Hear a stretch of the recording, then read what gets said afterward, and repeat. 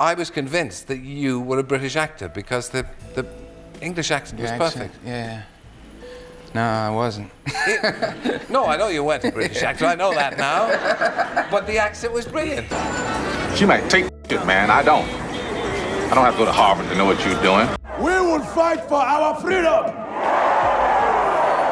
They want a war.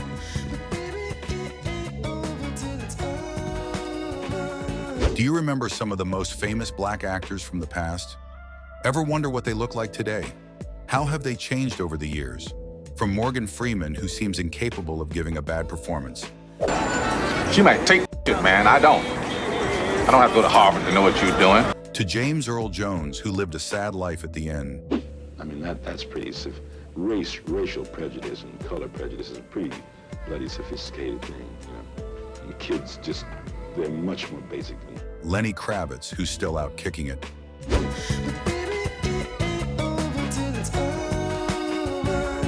Time has worked its magic, hasn't it? Let's get into these 15 actors who were once huge stars. Trust me, you won't believe what they look like now. First up is... I was convinced that you were a British actor because the English accent was perfect. Yeah. No, I wasn't. No, I know you weren't a British actor, I know that now. But the accent was brilliant. Denzel Washington, born Denzel Hayes. Washington Jr. on December 28, 1954, in Mount Vernon, New York, had a pretty interesting upbringing. His mom, Lennis, ran a beauty salon, and his dad, Denzel Sr., was a Pentecostal preacher. When his parents split up when he was 14, Denzel was sent off to a military boarding school in upstate New York. Talk about a big change. He later went to Fordham University, bouncing from pre-med to journalism before finally landing on acting. The most important thing in business is honesty, integrity, hard work. Denzel's early days in showbiz started in theater, where he made waves with plays like A Soldier's Play. But he really caught people's attention with the TV drama Saint, Elsewhere. After that, his movie career exploded with roles in A Soldier's Story and Cry Freedom, the latter of which earned him his first Oscar nomination. Awards? Oh, he's got plenty. 2 Oscars, one for Best Supporting Actor in Glory and another for Best Actor in Training Day. Plus, he's snagged 3 Golden Globes, a Tony Award for the Broadway revival of Fences, and even the Presidential Medal of Freedom in 2022. Oh, the Oscar goes to I Love My Life, Denzel Washington. These days, Denzel's still killing it both on screen and behind the camera. He earned major props for The Tragedy of Macbeth and produced the film adaptation of August Wilson's Fences, which racked up tons of Oscar buzz. Honestly, Denzel's been a powerhouse in Hollywood for decades, and he's showing no signs of slowing down. Now, who is this? What's going on, and what happened this afternoon? John Amos, born on December 27, 1939, in Newark, New Jersey, had a life full of twists and turns. He grew up in East Orange, graduated from East Orange High, and earned a sociology degree from Colorado State after playing pro football and being a boxing champ. He played adult Kunta Kinte in Roots, snagging an Emmy nomination. Amos starred in classics like Coming to America and Die Hard 2, and was an advocate for better representation in Hollywood.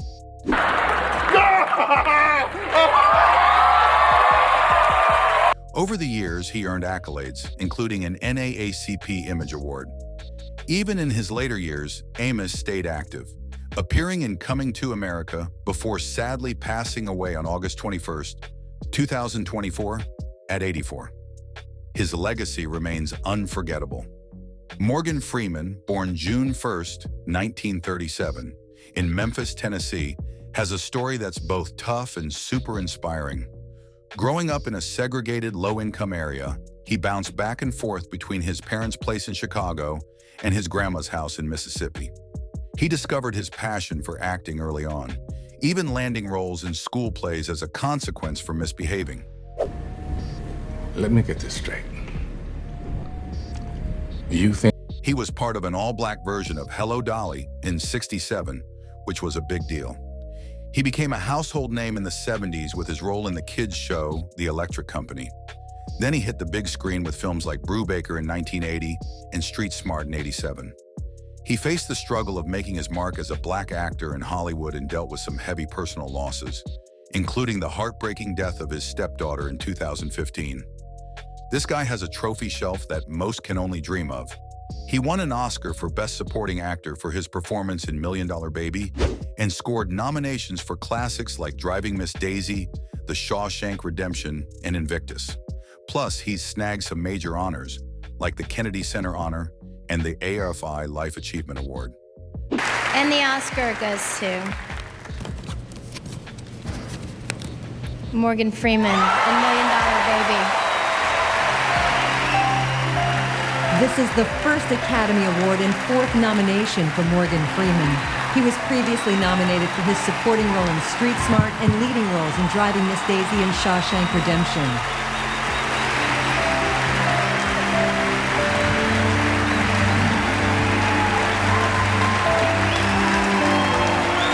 Traveling to Murgatroyd.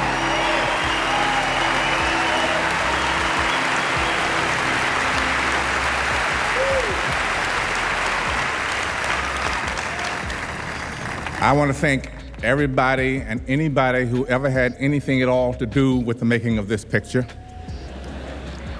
But I especially want to thank Clint Eastwood for giving me the opportunity to work with him again and to work with Hilary Swank.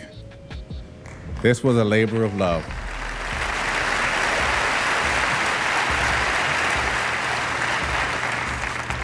And I thank the Academy. These days, Freeman is still in the game, bringing his iconic voice and talent to both movies and TV. He starred in Angel Has Fallen in 2019 and narrated the docuseries The Story of God with Morgan Freeman, which aired from 2016 to 2019. He's a living legend, and we're here for it. Guess what? What? You need to switch airports. Oh, shit, why?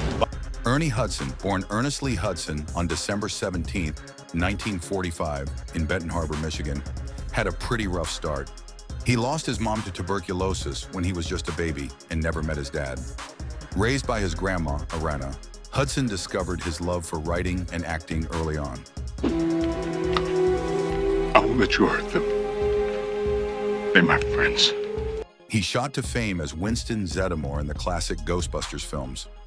Even with that success, he struggled with being typecast and found it tough to land diverse roles. Hudson kept pushing through, showing up in flicks like The Crow and Miss Congeniality, along with hit TV shows like Oz and Desperate Housewives. Well, you know, it's been such a part of my life, it's kind of hard to separate. There's not a day that I'm on the street or someplace that someone doesn't yell, "Who you gonna call?" I've done a lot of movies and TV shows, and some have been very popular, but the Ghostbuster fans have always, been there and tell me their stories. But again, it's how families have sort of come. Over the years, he snagged some nominations for the NAACP Image Awards and earned props for advocating for diversity in Hollywood. Recently, he's been busy with projects, including the Ghostbusters, Afterlife reboot, and the NBC drama Quantum Leap. Hudson continues to shine in the industry. James Earl Jones, born January 17, 1931, in Arkabutla, Mississippi, had a tough start. Raised by his grandparents, he battled a serious stutter for years, but found his voice in high school through poetry and acting. He launched his career on stage after studying drama at the University of Michigan, debuting on Broadway in Sunrise at Campobello in 1957. His big break came with The Great White Hope, which earned him a Tony Award and an Oscar nomination. Despite his success, he faced racial barriers and personal challenges, including the loss of his wife, Cecilia Hart, in 2016. Jones is a true legend, achieving EGOT status and known for iconic roles like Darth Vader and Mufasa. He received numerous accolades, including the National Medal of Arts and the Kennedy Center Honor. Don't turn your back on me, Scar. You are more than what you have become. In recent years, he starred in the Broadway revival of The Jin Game and reprised Mufasa in the 2019 Lion King remake. Sadly, he passed away on September 9, 2024, at 93, leaving a lasting impact on the entertainment world. I got a question. Why don't white people just leave the house when there's a ghost in the house? Eddie Murphy, born in Brooklyn on April 3, 1961, was cracking people up from the start. He had this natural gift for comedy, always making his friends laugh with stand-up bits. It was clear from early on that he had the creativity and hustle to make it big. His big break came when he landed a spot on Saturday Night Live at just 19. Yep, barely out of his teens, and already stealing the show with unforgettable characters like Mr. Robinson and Gumby. The early part of his career was on fire with movies like 48 Hours, Trading Places, and the classic Beverly Hills Cop skyrocketing him to fame. But the early 90s hit a little rough patch with a few films that didn't quite live up to the hype. So, when are we gonna fuck? What? Even so, Eddie bounced back strong. The Nutty Professor and Dr. Dolittle were massive hits. Then, of course, there's his iconic role as Donkey in Shrek. Plus, let's not forget the awards he's snagged along the way. A Golden Globe for Dreamgirls, a Grammy for Best Comedy Album, and even an Emmy for his return to Saturday Night Live in 2019. But you look like you could be 41 years old. I mean, it's really kind of crazy. Recently, Eddie's been killing it again. He got loads of praise for Dolomite Is My Name and brought back that Coming to America magic with the sequel in 2021. And he's not slowing down. He's been in You People. And we're about to see him in Beverly Hills Cop, Axel F. This band's gonna play from 9 to 1. Everybody here's gonna... Jamie Foxx, born Eric Marlon Bishop on December 13th, 1967 in Terrell, Texas, definitely had an interesting start. Raised by his grandparents in a segregated town, Jamie showed his talents super early. He was playing piano by 5 and was always that kid excelling in music and sports. Clearly, he was born to stand out. Jamie started his career in comedy, but here's the twist. He switched up his name to Jamie Foxx because, back in the day, female comedians were getting called up to perform first at comedy clubs. That move worked. But it wasn't all smooth sailing. Foxx had his share of personal struggles and legal drama as he navigated the spotlight. Still, he powered through and shifted to film, winning massive praise for Any Given Sunday and completely blowing everyone away as Ray Charles in Ray. That role snagged him all the big awards, an Oscar, BAFTA, SAG, and a Golden Globe. Major flex. Jamie didn't just stop at acting, though. He's got some serious musical chops, too. Remember Blame It? That track won him a Grammy. Plus, he's got a bunch of nods for roles in films like Collateral, Django Unchained, and Just Mercy. He's a total Hollywood triple threat. Listen to my voice. Am I lying? Lately, Jamie's still crushing it. He starred in Netflix's Project Power and voiced Joe Gardner in Pixar's Soul. Oh, and he's hosting Beat Shazam while executive producing it too. Talk about multitasking. And in 2021, he dropped his memoir, Act Like You Got Some Sense, giving us all a backstage pass to his life and career. We will fight for our freedom! Idris Elba, born Idrissa Acuna Elba on September 6, 1972 in London, grew up with roots from Sierra Leone thanks to his dad, Winston, and Ghana, shout out to his mom, Eve. Coming from a working-class fam, Idris got hooked on acting during school and even scored a grant from Prince's Trust to study at the National Youth Music Theater. But before the big breaks, he was hustling, doing everything from fitting tires to working night shifts at Fort Dagenham. Talk about the grind. Talk about He kicked off his career on British TV with parts in shows like Insiders and Family Affairs. But the game changer came when he nailed his role as Stringer Bell on HBO's The Wire. That role straight up launched him into Hollywood. But even with all the buzz, Idris dealt with the struggles of breaking into Hollywood as a black actor and staying true to himself in an industry that loves to box people in. Bullet in there. Actually, it was 3 bullets. 2 to the chest, 1 to the head, just like they taught us. Do you remember? Idris snagged a Golden Globe for his work on Luther and racked up Emmy nominations. He also made waves playing Nelson Mandela in Mandela. Long Walk to Freedom. Talk about range. These days, Idris is doing everything. He made his directorial debut with Yardie in 2018, created the TV show In the Long Run, inspired by his own childhood, and has been starring in major blockbusters like Hobbs and Shaw and The Suicide Squad. And if that wasn't enough, he's still DJing under the name DJ Big Drees, proving he's always got something else up his sleeve.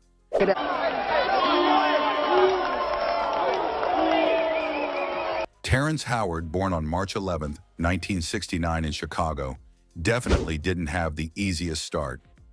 Growing up, he dealt with some serious family issues, including a rough relationship with his dad. And at just 2 years old, he witnessed something no kid should ever see: his dad involved in a fatal stabbing. But despite everything, Howard set his sights on acting and made the big move to New York to follow that dream. He started with smaller gigs in TV and movies until his breakout role in Dead Presidents, where he played cowboy. That part opened the floodgates for him, leading to bigger films like Mr. Holland's Opus and The Best Man. Damn, what y'all say? Ain't nothing natural about no monogamy. The game changer, though, was Hustle and Flow, where he crushed it as a down-on-his-luck pimp with dreams of becoming a rapper. That performance got him an Oscar nod for Best Actor. He also made waves in Crash, which snagged the Academy Award for Best Picture. Howard's journey hasn't been smooth, though. He's had his share of legal drama and personal issues, with multiple marriages and divorces along the way. Still, he pushed through, and fans really came to love him as Lucius Lyon in Empire. That role took his fame to a whole new level. You can play around if you want it. Ain't no safety, ain't no holster in my hands. It's on. Oh, and Terrence isn't just an actor. He's got musical chops, too. He dropped his debut album, Shine Through It, in 2008, showing off his skills as a singer and songwriter. Lately, though, Howard has said he's stepping away from acting to focus on bringing truth to the world. You led men into battle. Stop. Sean runs things here. I am not interested in Mahershala Ali, originally named Mahershala Hashbaz Gilmore, yeah, that's a mouthful, was born on February 16, 1974, in Oakland, California. His childhood wasn't exactly a walk in the park. He grew up in a strict religious home with his mom, who was a Baptist minister, while his dad left to chase a career in dance. He kicked off his career with TV gigs like Crossing Jordan and Threat Matrix, but things really started to pick up when he landed a role in the sci-fi show The 400. His first big movie moment came in The Curious Case of Benjamin Button, where he got to show his acting chops on the big screen. But Moonlight was the real game changer. Mahershala played Juan, a surprisingly compassionate drug dealer, and crushed the role. So much so that he snagged his first Oscar for Best Supporting Actor. Then he did it again with Green Book, where he played the talented pianist Don Shirley, becoming the first black actor to win 2 Oscars in the same category. It just seems so Off-screen, Mahershala has dealt with his own personal challenges. From facing racial profiling to navigating the fallout of converting to Ahmadiyya Islam with his mom, it hasn't always been easy. It was just a case when I caught it. And I know it'd be my last. More recently, Mahershala has been everywhere. From starring in Season 3 of HBO's True Detective to showing up in Hulu's Raimi, both of which earned him Emmy nods. Oh, and let's not forget his voice acting as Aaron Davis in the Spider-Man. Into the Spider-Verse series, including the latest Across the Spider-Verse. My name's Winston. Winston Shakespeare. Taye Diggs, originally Scott Leo Berry, was born on January 2nd, 1971, in Newark, New Jersey, but he grew up in Rochester, New York. His mom, Marcia, was both a teacher and an actress, and his dad, Andre, worked as a visual artist. After his parents split, his mom remarried, and that's how Taye ended up taking his stepdad's last name, Diggs. He went to Allendale Columbia School and then School of the Arts in Rochester before getting his BFA in musical theater from Syracuse University. Taye's career kicked off in the theater world. His big break came when he hit Broadway in 1994 with Carousel, but he really blew up playing Benny in the original Rent in 1996. Then came his big screen debut with How Stella Got Her Groove Back, and let's just say everyone knew his name after that. Taye married Rent co-star Idina Menzel, but the two eventually divorced in 2014. On the work front, he's had his highs and lows in Hollywood, juggling film and TV roles. He's been in hits like The Best Man and The Best Man Holiday, plus TV shows like Private Practice and Murder in the First. Promptly beat my ass and, called off the wedding. Aside from acting, Taye's also added author to his resume, writing children's books like Mixed Me and Chocolate Me, which dig into his own experiences growing up biracial. It doesn't matter how long it's going to take to figure it out, because the one thing you have. Lately, he's stayed busy in both TV and theater, starring in All-American from 2018 to 2023. With all this, Taye has proven he's got serious range and is here to stay in the industry. Lenny Kravitz, born Leonard Albert Kravitz on May 26, 1964, in Manhattan, was basically destined for the spotlight. His mom, Roxy Roker, was the actress everyone knew from The Jeffersons, and his dad, Cy Kravitz, worked as a TV news producer. Growing up between the Upper East Side and Brooklyn's Bedford-Stuyvesant neighborhood, Lenny got a serious mix of cultural influences. He struggled at first to figure out his sound and make a name for himself in the industry. But once his 1991 album, Mama Said, dropped, featuring the hit single, It Ain't Over Till It's Over, things really started moving for him. Like any artist, Lenny's journey wasn't without its bumps. He dealt with the pressure to fit into the industry's mold while trying to stay true to himself. His personal life also had its ups and downs, like his marriage to actress Lisa Bonet, which ended in divorce in 1993. All the experiences that I had as far as being married and going through divorce and then having to get the relationship back on track as far as being friends and being family and raising a daughter. And he's racked up a bunch of awards too. 4 straight Grammys for Best Male Rock Vocal Performance from 1999 to 2002, which is the most anyone's ever won in that category. And if that's not enough, he's also done some acting, showing up in movies like Precious and the Hunger Games series. Lenny's still out here doing his thing. He dropped a memoir, Let Love Rule, in 2020, giving fans a peek into his life and career. Oh, and he's also killing it with his design company, Kravitz Design Incorporated, where he focuses on interior and product design. Safe to say, he's still got plenty more in store. Yeah, rectal litching, no problem. And you are willing to participate? It's paying, right? Marlon Wayans, born Marlon Lamont Wayans on July 23, 1972 in New York City, grew up in a seriously talented family. He's the youngest of 10 siblings, and yeah, most of them are all over the entertainment industry too. Growing up in the Fulton houses in Manhattan, he was surrounded by creativity early on, attending the Fiorello H. LaGuardia High School of Music and Art and Performing Arts. He also hit up Howard University for a couple of years before deciding to chase his acting dreams full-time. Even though he was making waves, Marlon still had some bumps in the road. He was often boxed into comedy roles and wanted to show he could do more than just make people laugh. On top of that, his marriage to Angelica Zachary ended in 2013, adding to his personal challenges. But Marlon didn't let that slow him down. He kept grinding and even took on more serious roles, like in the psychological drama Requiem for a Dream, proving his acting chops.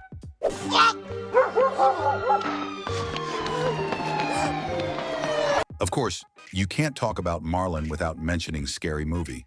He co-wrote and starred in the hit franchise that basically became a cultural phenomenon. And he didn't stop there. He created and starred in the NBC sitcom Marlon, which fans totally loved. Look, Sean, we got a show to do, okay? Can we... Wait a minute. These days, Marlon's still going strong. He starred in Netflix's Tuplets, and his comedy special Marlon Wayans, You Know What It Is, dropped in 2021. He's also doing stand-up and continues to be a big name in the entertainment world. Can y'all feel that? Can y'all feel that? Jig it out. Will Smith, born Willard Carroll Smith II on September 25th, 1968 in Philly, came up in a middle-class fam. His mom, Caroline, was a school board admin, and his dad, Willard Sr., was an Air Force vet turned refrigeration engineer. Will was known for being the life of the party and pretty smart back in his Overbrook high school days. He kicked off his career in music, teaming up with his childhood buddy Jeffrey, DJ Jazzy Jeff Towns, to create the iconic duo, DJ Jazzy Jeff and the Fresh Prince. Then came the game changer, The Fresh Prince of Bel-Air. The show blew up, turning him into a household name. Take me! Girl, you little freaky dicky. After that, he made the jump to the big screen with 6 Degrees of Separation, followed by a string of blockbuster hits like Bad Boys, Independence Day, and Men in Black.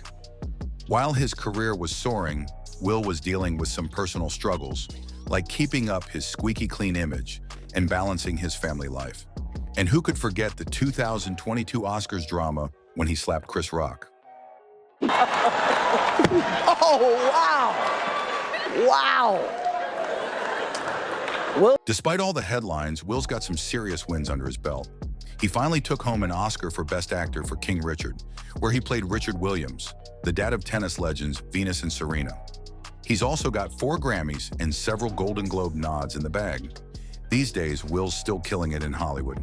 He starred in Emancipation and has a bunch of projects lined up, including Bad Boys 4 and a sequel to Bright. And if you follow him on social, you'll see he's all about giving fans a peek into his personal life and fitness grind. That's like an improvement of 17%. I mean... Boris Kajo, born Boris Frederick Cecil Taye Nadi Ofwadi Kajo, on March 8, 1973, in Vienna, Austria, has a background as unique as his name. His mom, Ursula, is a German psychologist with Jewish roots, and his dad, Eric, is a Ghanaian doctor. After his parents split when he was just 6, he moved to Germany, where he grew up in Gundelfingen. Boris then hit up Virginia Commonwealth University on a tennis scholarship, snagging a marketing degree in 1996. This guy kicked off his career strutting on the runway before making a name for himself in acting. He hit it big playing Damon Carter in the drama Soul Food from 2000 to 2004. You might have caught him in films like Love and Basketball and Brown Sugar. Classic flicks. He's had some serious health battles, particularly with his sciatic nerve, and has gone under the knife multiple times, most recently in 2023. He's super vocal about the need for mental and physical health awareness, especially in the Black community. Boris has racked up some nominations along the way, including 2 NAACP Image Awards for his work in Soul Food and Real Husbands of Hollywood. He's kept busy on TV with roles in shows like Code Black, The Last Man on Earth, and Station 19.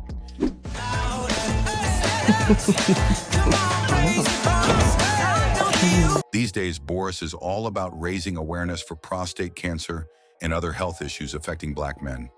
He's not just a pretty face in Hollywood, he's also a dedicated advocate making waves in the health scene.